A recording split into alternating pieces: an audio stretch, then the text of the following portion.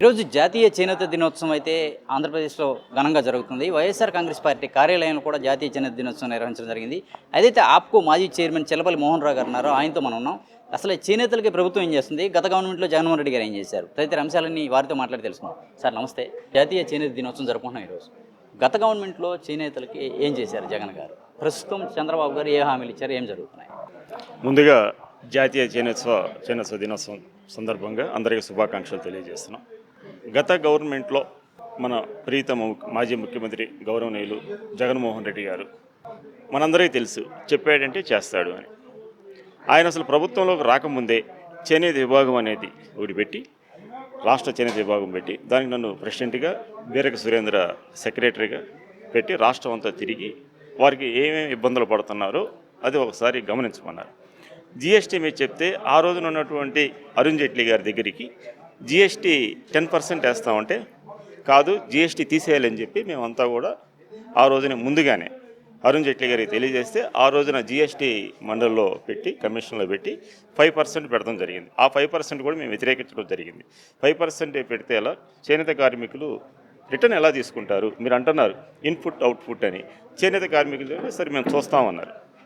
అది అలా ఉంచితే జగన్మోహన్ రెడ్డి గారు ఎన్నికల హామీ కింద 24,000 రూపాయలు నేస్తం ఇస్తామని చెప్పడం కూడా జరిగింది. చెప్తే ఆయన 2019లో అధికారంలోకి వచ్చిన తర్వాత నేస్తం మొట్టమొదటిసారిగా ఇవ్వటం, అదే మళ్ళీ నేషనల్ హ్యాండ్లూమ్ డే వస్తే ఆ రోజున కూడా ఇవ్వాలి ఆయన పుట్టినరోజు సందర్భం ముందుగా అని చెప్పి సంవత్సరంలో 2 సార్లు ఇచ్చాం.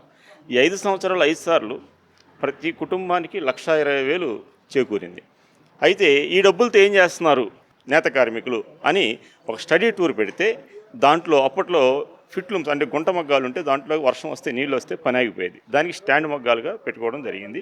కొంతమంది ఆ రోజు కరోనా సమయంలో ఏదైతే మనం నేస్తం డబ్బులు ఇచ్చామో ఆ డబ్బులతోటి సొంత మజూరులతో షావుకారు ఇంటి పాగడిస్తే చాలు, మేము పెట్టుబడి పెట్టి నేస్తామని చెప్పి ఆ సంవత్సర కాలం దాన్ని అలా ఉపయోగించుకోవడం కూడా జరిగింది. ఇప్పుడు చంద్రబాబు ఏదైతే జీఎస్టీ తీసేస్తాం, లోకేష్ చెప్తున్నారు జీఎస్టీ తీసేస్తామని, అట్లాగే ఉచిత విద్యుత్ అయితే 200 యూనిట్లు, పవర్ లూమ్కి 500 యూనిట్లు అని చెప్తున్నారు. అది సమంజసమేనా? అమలు సాధ్యమైందండి. అది సెంట్రల్ గవర్నమెంట్తో మాట్లాడుకోవాలి. జీఎస్టీ అనేది మన పరిధిలోకి రాదు.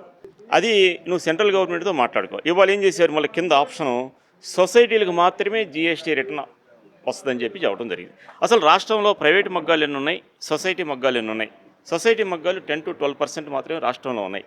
90% కూడా ప్రైవేట్ మాస్టర్స్ ద్వారా ఈ అందుబాటులోకి వస్తున్నాయి. ఈ రోజున ప్రైవేట్ షోరూముల్లో జీఎస్టీ 5% పెడితే చీర విలువ 1,000 రూపాయలు దానికి ఒక 50 రూపాయలు, 2,000 దానికి 100 రూపాయలు తగ్గితే కన్జ్యూమర్కి తక్కువగా ఉంటుంది. చేనేతలకు పని ఎక్కువ కల్పిస్తాం. మరమగ్గాల కంటే కూడా మనం త్వరగా దీనికి కొంచెం సేల్ ఎక్కువ అయితే వర్కర్కి వస్తుందని చెప్పే ఉద్దేశంతో జీఎస్టీ రద్దు చేసాం.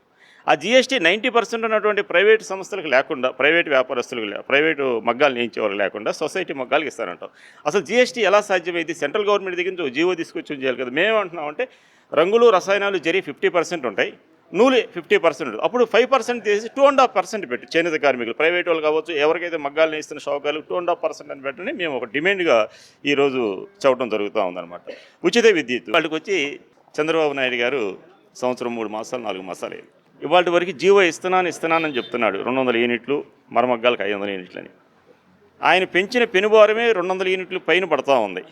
ఇంతవరకు ఇవ్వాల. ఎప్పుడు ఇస్తారు? ఇస్తే మంచిదే కదా. ఇంతవరకు ఇవ్వాల. అది కూడా ఒక డిమాండ్ చేస్తున్నాం. అట్లానే మేము ఉన్న టైంలో గతంలో ఆప్కోకి ప్రొడక్షన్ పెంచాలి, సేల్స్ పెంచాలనే ఉద్దేశంతో భారీగా జరిగింది. దాన్ని ఇంకొంచెం చేనేత కార్మికుల్ని ఇవాళ అధికారంలో మీరే ఉన్నారు కాబట్టి మీరు అన్నట్టుగా జీఎస్టీ 5% తీసేస్తే చాలా సంతోషం చేనేత కార్మికుల తరఫున.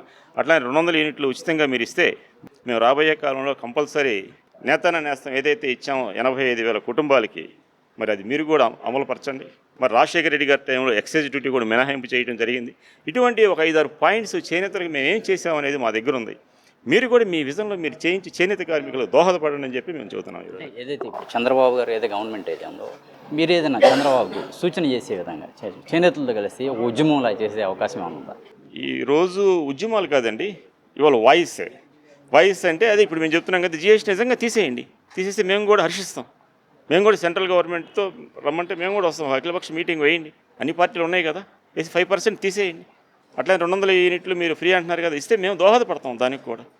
అంతేగాని మేము జీఎస్టీ 2.5% అన్నా చేయండి అని చెప్పి మేము చెబుతాను. లేదా ఆయన 5% తీసేస్తే నేనేమంటానంటే సొసైటీలో కాకుండా ప్రైవేట్ మాస్టర్స్ కూడా మొత్తం తీసేయండి. ప్రైవేట్ మాస్టర్స్కి ఎవరైనా స్పిన్నింగ్ మిల్లులు కనుక జీఎస్టీ వేస్తే అది తీసేయండి, రాయితీ ఇవ్వండి. ఈ 2 కార్యక్రమాలు చేయమనండి. చేయకపోతే మా మాజీ ముఖ్యమంత్రి వారు జగన్మోహన్ రెడ్డి గారి ఆధ్వర్యంలో ఆయన ఏదైనా చెప్తే మేము చేయడానికి మేము సిద్ధంగా ఉన్నాం. ఏదైతే మంగళగిరి ఎమ్మెల్యేగా లోకేష్ అత్యధిక శాతం ఓటింగ్ పర్సంటేజ్ కూడా చేనేత వర్గాందే మంగళగిరిలో ఉంది. అసలు వీళ్ళు మా లోకేష్ని కలిసే అవకాశం ఉంటుందని మనం భావించవచ్చా? అది నిజంగా చెప్పాలంటే ఇవాళ జగన్మోహన్ రెడ్డి గారిని ఎక్కువసార్లు కలిసి ఉంటారు లోకేష్ గారి కంటే కూడా. దాన్ని బట్టి మీరు ఆలోచించుకోవాలి. ఇక అంతే, ఇవాళ కలిసే ప్రయత్నం చేయటం లేదు. చేసినా కూడా ఈ యొక్క ఏదైతే ఆయన హామీలు ఇచ్చారో అవి అడుగుతారనే ఉద్దేశం. కానీ రాష్ట్ర మంత్రి కాబట్టి రకరకాల పనులు ఉండొచ్చు.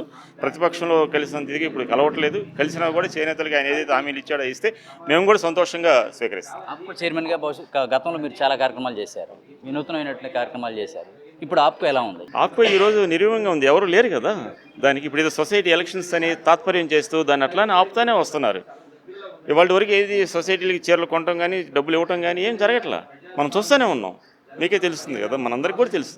అంతే, ఏం జరగట్లేదు ఆప్కోలో. ఇప్పుడు రేపు ఎలక్షన్స్ పెట్టి చేయాలని చెప్తున్నారు. చేనేతల పరిస్థితి ఎలా ఉంటుంది సార్? భవిష్యత్తులో ఎలా ఉంటుందని భావించవచ్చు? ఇప్పటికే చాలా ఇబ్బందులకరమైన పరిస్థితిలో ఉన్నటువంటి పరిస్థితి, జీవనోపాధి మెరుగుపడుతున్న సమయంలో ఇబ్బందులకు వెళ్ళామని చెప్తున్నారు. భవిష్యత్తులో ఎలా ఉండబోతుంది అనుకోవచ్చు? గత 5 సంవత్సరాలు తలసరి ఆదాయం 4 రెట్లు పెరిగింది. ఇప్పుడైతే మళ్ళీ తలసరి ఆదాయం పాత పరిస్థితికే వచ్చే పరిస్థితి ఉంది. ఇప్పటికే మేలుకొని ఎలా అయితే ప్రొడక్షన్ పెంచి ఉత్పత్తి పెంచి చేనేత షోరూమ్స్ ఎక్కువగా పెట్టి వాళ్ళకి మెరుగుపరిస్తే వాళ్ళ జీవనం విధానం మెరుగ్గా ఉంటుంది. రాబోయే కాలంలో మాత్రం జగన్మోహన్ రెడ్డి గారు 150,000 మందికి పని కల్పిస్తారు ఇదే చేనేతలకి. అది మేము స్క్రిప్ట్ తయారు చేసాం, అది కంపల్సరీ అమలు చేస్తాం జగన్మోహన్ రెడ్డి గారి సూచనల మేరకు.